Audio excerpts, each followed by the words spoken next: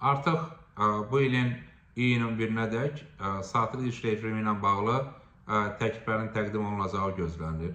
Buna bağlı artıq rəsmi məlumatlar da yayılıb.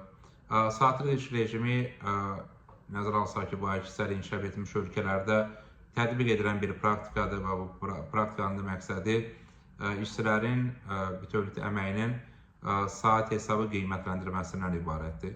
Saatlı iş rejimi bir tərəfdən əmək haqqının artmasına gətirib çıxara bilər. Çünki bu zaman artıq vətəndaş bir neçə yerdə işləmə imkanına malik olacaq.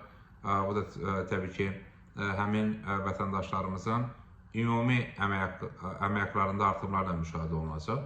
Eyni zamanda təbii ki, vətəndaşlarımızın sosial hüquqlarının qorunması baxımından vacibdir.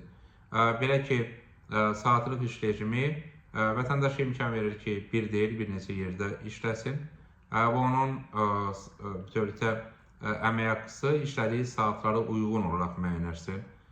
Bu da əslində ayın yekununda həmin vətəndaşlarımızın daha çox maaş almasına gətirib çıxaracaq və nəticə etibarən bu əmək haqqı məbləğinə təsir göstərən faktorlardandır.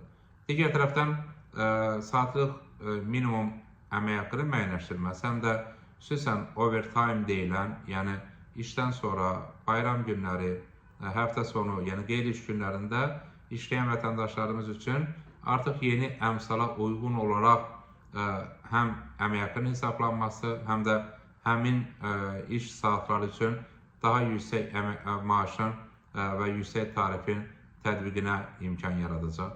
Bu kontekstdən xüsusən də işdən sonra, yəni overtime və qeyri-iş günlərində çalışan vətəndaşlarımızın əmək haqqlarına birbaşa təsir göstərəcək və həmin vətəndaşlarımızın əmək haqqları müəyyənləşdirən zaman, hesablanan zaman artıq daha yüksək və yeni əmsaldan istifadə olunacaq.